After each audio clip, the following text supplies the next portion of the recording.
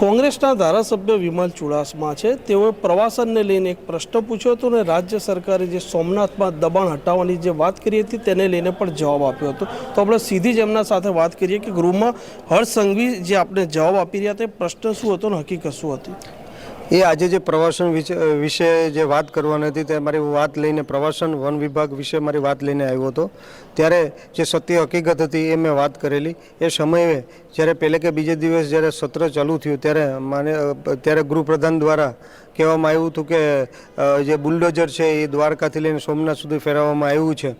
ત્યારે એ ખાસ હું એમને ત્યારે પણ મેં ટેલિફોનિક વાત એમને કરેલી, પણ મેં કીધેલું કે આ ગરીબ અને નિર્દોષ લોકો હેરાન થાય છે, આ એમને કોઈ નડતર રૂપ નથી। પણ એ સમયે એ જીઆઈડીસી એરિયાથી ચાલુ કર્યું, જે સોમનાથનો મુખ્ય રસ્તો છે, અને જીઆઈડીસી એરિયામાં ત્યાં કોઈ ભંગારનો ધંધો કરતા હતા નાનો સૂનો, કારણ કે જીઆઈડીસી એરિયો સામે છે તો ત્યાં દરિયાપટ્ટી છે, વધારે પૂરતું જે લોખંડને બધું સરતું હોય એટલે વધારે પૂરતા જે ભંગારનો ધંધો કરતા હોય છે।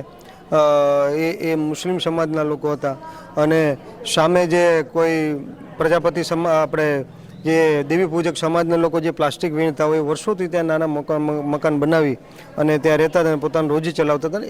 એ રસ્તાથી ખૂબ દૂર હતું ને એ દૂર હતું ને કોઈને નડે એવું પણ નહોતું, એટલે ત્યાંથી એ લોકોએ તોડફોડ કરવાનું ચાલુ કર્યું, છેક સુધી કે સોમનાથના મંદિરના ગેટ સુધી પહોંચ્યા। અને ત્યાં પણ જે દુકાનો તોડી છે એ દુકાનો છે એ ટ્રસ્ટ દ્વારા એમને ફાળવવામાં આવેલી હતી। ટ્રસ્ટ એમની પાસે સંપૂર્ણ રીતે ભાડું લેતું હતું, ભાડું એને ટ્રસ્ટ લેતા હતા અને ટ્રસ્ટને રેગ્યુલર આજ દી સુધી ભાડું આપવામાં આવતું હતું, પણ એક જ દિવસની નોટિસ આપી અને એને પાળવાની નોટિસ આપવામાં દેવાયું। પણ જે લોકોની જે પાળતા હતા, જ્યારે સરકાર એક વાત કરતી હોય છે કે પ્રવાસન જ્યાં જ્યાં નવું વિકસાવીએ છે તો લોકોને એ ગામના એ શહેરને રોજીરોટી મળે, જેમ કે રામ મંદિર અયોધ્યામાં બનાવ્યું છે તો કહે છે કે ત્યાં વિકસાવવાથી એ વિસ્તારના લોકોને રોજીરોટી મળશે। ત્યારે અહીંયા તો ઓલરેડી રોજીરોટી પોતાનું કમાતા હતા, પ્રવાસનને વિકસાવવાના બદલે તે દિવસે કોની દુકાનો તોડી કે જે નાના દુકાનદાર, જે પ્રથમ જ્યોતિ સોમનાથ દાદાની મંદિર આવેલું છે, પ્રથમ જ્યોતિર્લિંગ આવેલી છે, ત્યાં કોઈ શંકર ભગવાનનું ડમરું વેચતા હતા, કોઈ શંકર ભગવાનના ત્રિશુલ વેચતા હતા, કોઈ શંકર ભગવાન સોમનાથ દાદાની છબી વેચતા હતા, કોઈ ઓમની માળા વેચતા હતા, કોઈ નાની નાની લિંગો જ્યોતિર્લિંગ સોમનાથ દાદાની નાની નાની જ્યોતિર્લિંગો છે, નાની નાની લિંગો એ વેચતા હતા।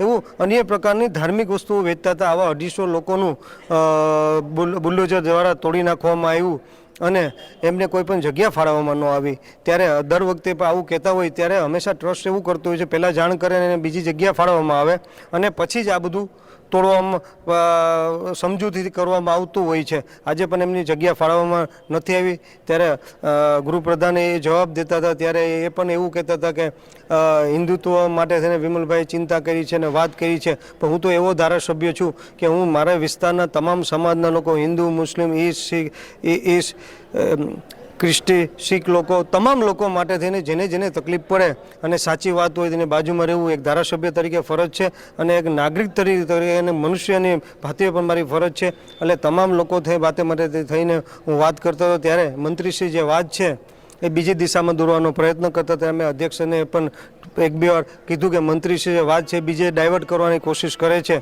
એ એવું કહે છે કે હું એકલું હિન્દુત્વ માટે કામ કરું છું, પણ હું તો તમામ સમાજના લોકો માટે કામ કરું। જીઆઈડીસી સામે આવ્યા તો એની વાત મેં મૂકેલી, એ મુસ્લિમ સમાજ માટે હતી, દેવી પૂજક સમાજ માટે હતી અને આગળ ગયું તમામ લોકો માટે હતી। એટલે તમામ સમાજના કામ કરવા માટે એ મારી ફરજ છે અને કરતો રહીશ। ને જ્યારે હું ખાસ કરીને કહેતો હોય, જ્યારે ત્યાંથી ગમે ત્યારે પણ ભાજપ દ્વારા રથ કાઢવામાં આવે છે, ત્યારે હિન્દુત્વના નામ ઉપર રથ કાઢવામાં આવે છે અને મત માટે પણ તે ત્યાંથી રથ કાઢતા હોય છે।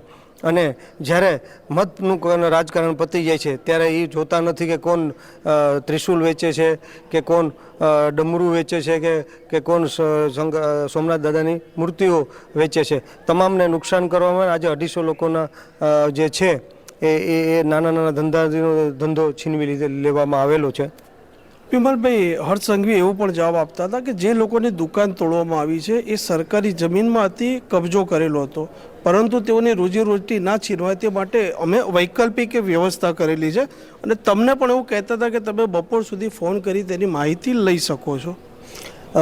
એ મને વાત કરતા હતા કે ભાઈ અમે પણ એ જગ્યા છે એ સરકારની નથી, એ તો ટ્રસ્ટની જગ્યા છે, સરકારને શું કામ ને તોડવા જવું જોઈએ?